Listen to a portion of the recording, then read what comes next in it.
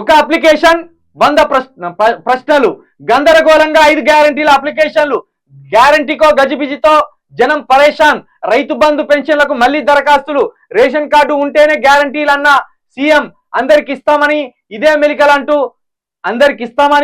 మెలికలంటూ జనం ఆగ్రహం, ఉద్యమకారులు అమరుల కుటుంబాలను ఎఫ్ఐఆర్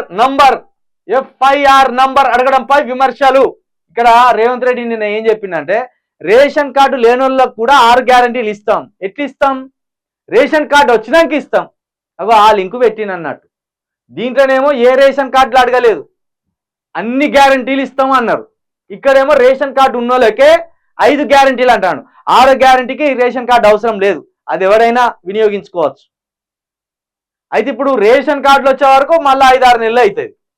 అంటే 5-6 నెలల వరకు ఈ 6 గ్యారంటీలు వర్తించవు. ఇప్పుడు 6 గ్యారంటీలు వర్తించాలంటే రేషన్ కార్డు ఉన్నోళ్ళకి 6 గ్యారంటీలు ఇప్పుడు వర్తిస్తాయి. ఇక కొత్త రేషన్ కార్డులు వచ్చినాకనే మిగతా లబ్ధిదారులకు ఇది ఉంటది. మొత్తానికి గజిబిజి, గందరగోళం, ప్రజలకు ఏం అర్థం కాకుండా వాళ్ళని నాశనం చేసే ఒక కార్యక్రమం అయితే జరుగుతుంది.